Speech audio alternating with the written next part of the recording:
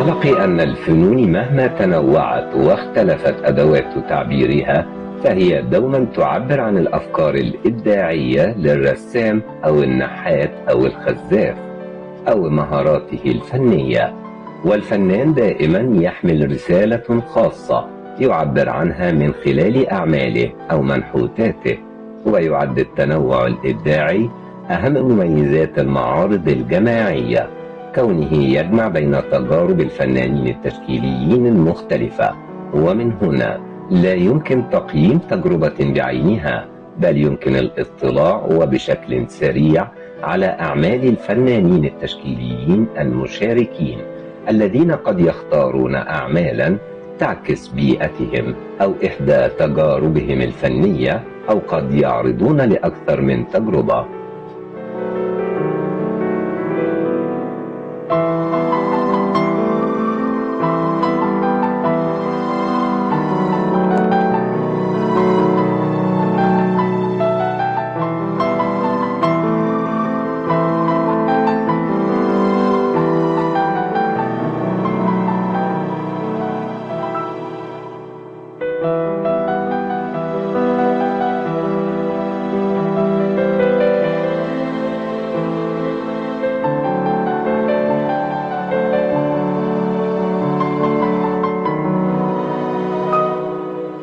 اشتمل المعرض الجماعي فن القاهرة على حوالي 65 عمل فني تشكيلي متعددة الخامات والتقنيات والألوان، لوحات جرافيك وطباعة وزيت وأكريليك على التيوال وميكس ميديا، والأعمال النحتية بخامة البرونز والحديد، بالإضافة إلى الأواني والأعمال الخزفية، وذلك لحوالي 50 فنان وفنانة من مختلف الأجيال الفنية والمدارس المختلفة.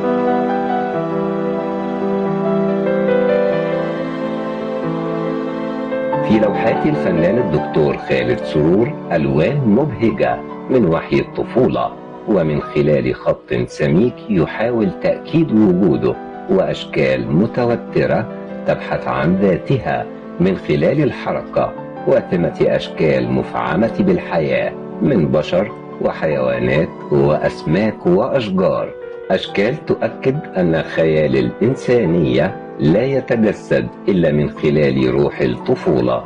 يأخذنا الفنان داخل هذا العالم الملون ذو الحس الجرافيكي والمحدد الملامح، فمن طريق خطوط سميكة المحيطة بالعناصر تتخلق هذه الشخصيات والأشكال.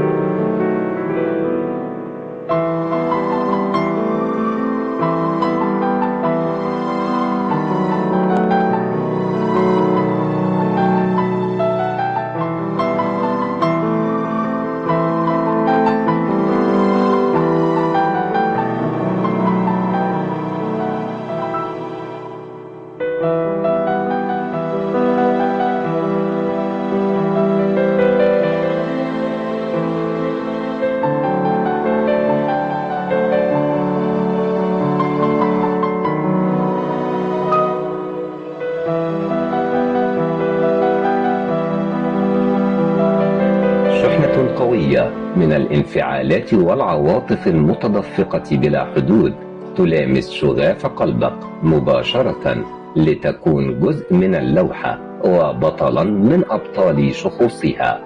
تكوينات الفنان التشكيلي إبراهيم الطنبولي عبقرية، وتخالطك مشاعر متضاربة في الحنين والذكريات وأنت تشاهد لوحاته، ونرى الألوان واضحة وجلية ونقية كلون قلوب واضعها لا يعكرها شيء، وتتجلى له شخوص لم يرسمها ورموز لم يقصدها، لكنها مندفعة من أعماق وجدانه.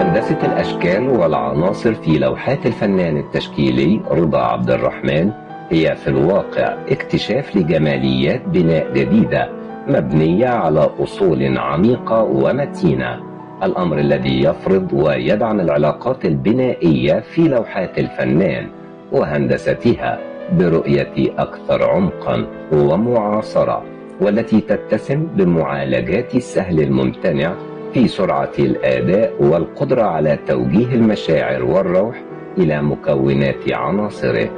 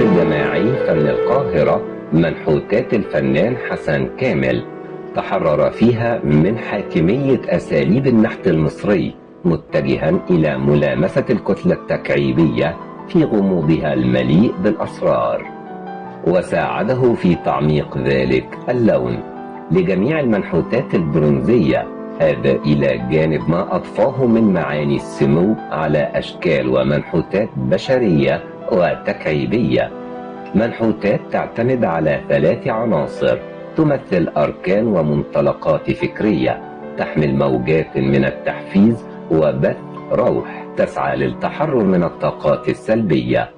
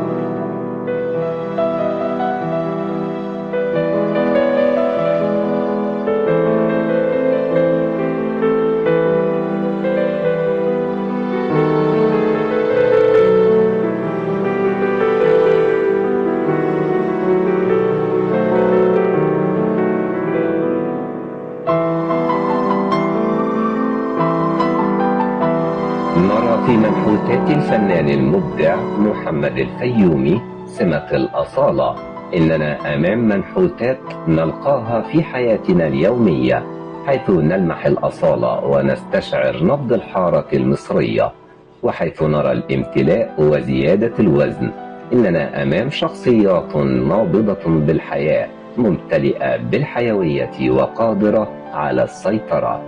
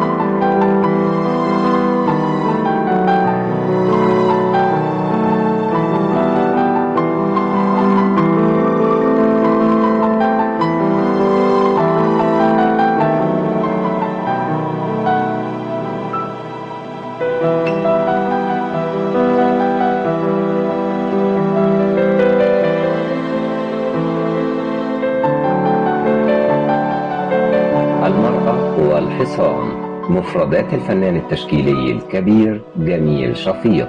العبقرية، الفنان خلق لعالمه مفردات خاصة ذات حيوية من ناحية، وذات رؤية فلكلورية ضاربة في التراث من ناحية أخرى.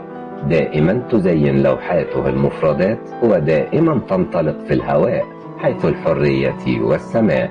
ولوحاته بمعرض فن القاهرة لوحات حفر على الخشب، مشاهد من الطبيعة والبحر والعاشقين والفرق الموسيقية الشعبية، ومشاهد للخيول داخل الصحراء.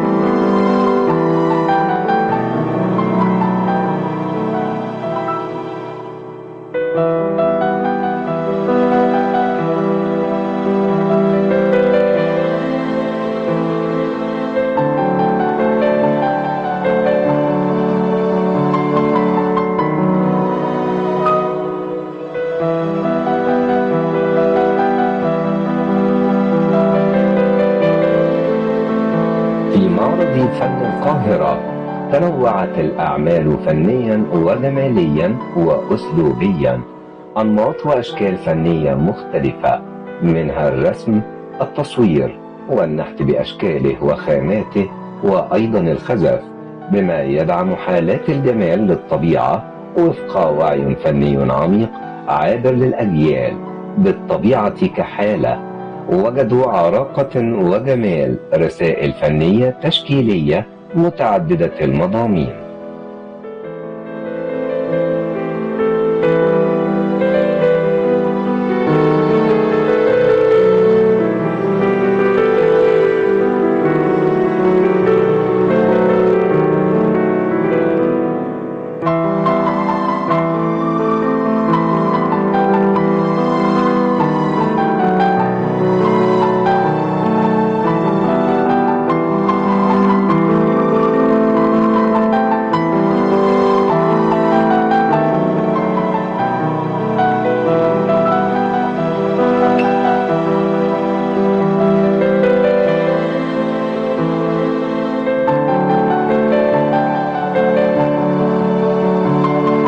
مشاركة الفنان والخزاف الكبير محمد مندور بمعرض فن القاهرة بإحدى الأواني الخزفية، وأيضا مشاركة الخزاف هاني مندور ببعض الأعمال بإضافة الخط العربي ولفظ الجلالة على الأواني الخزفية مع إضافة الألوان.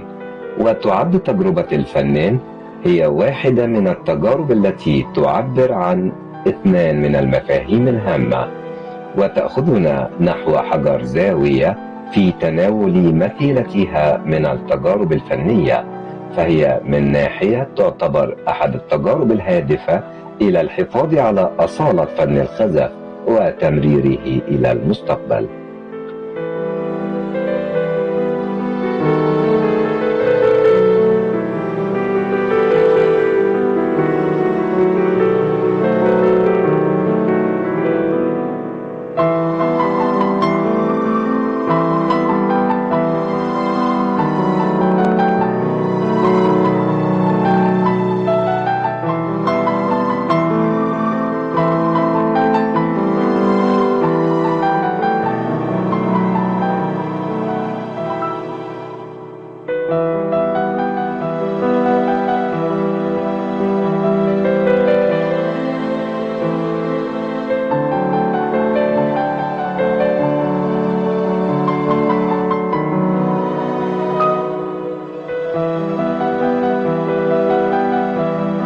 يرى الفنان التشكيلي حكيم أبو كيلة أنه عندما يتعلق الأمر بالفن الصادق يجب أن ندرك الماضي والحاضر والمستقبل من خلال تقديم العمل الفني بشكل بصري ومفاهيم بالتوازي.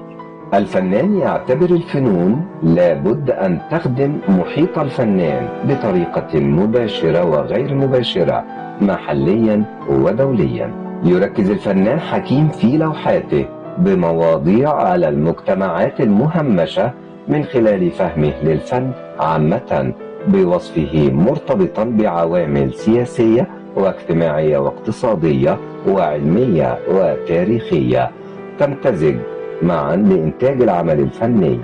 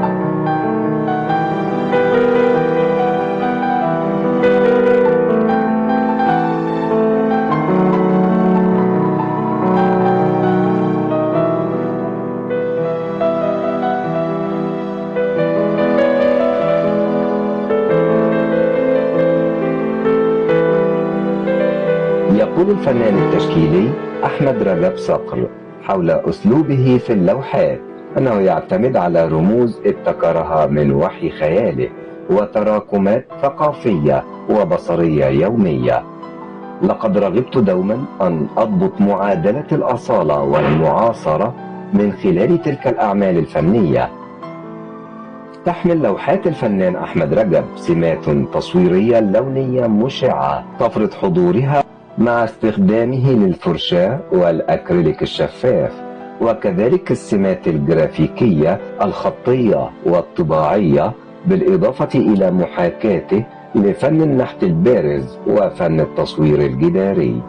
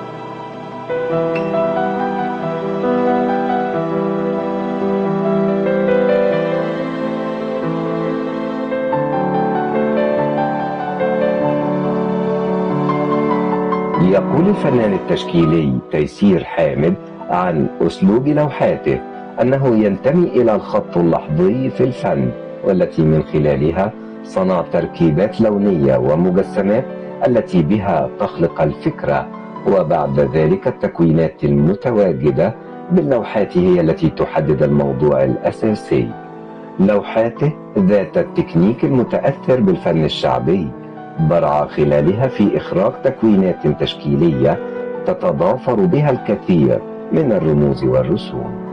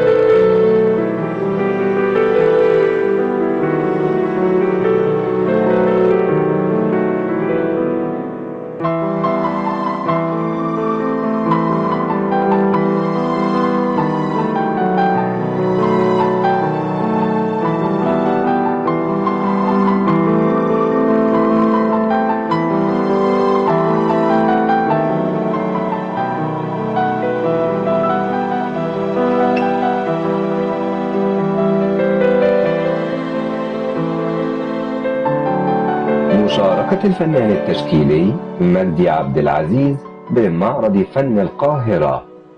إبداعات الفنان تغوص في دروب البيئة والتراث الإسلامي القديم، وبين زوايا وانحنائيات الزخرفة والحرفية الإسلامية، مفرزا خلاصة تجربة جمالية ومتفردة لمزجها بتقنيات فنون الطباعة اليدوية، مما أعطى لها بعدا عضويا جماليا يضيف لهذا الاتجاه قيمة فنية تتأكد من خلال بنائيات وتوليفات وأفكار متجانسة على مساحة متمركزة على بعد هندسي حركي يربط بين العمق التاريخي للمصدر وبين الرؤية المعاصرة للحركة البنائية.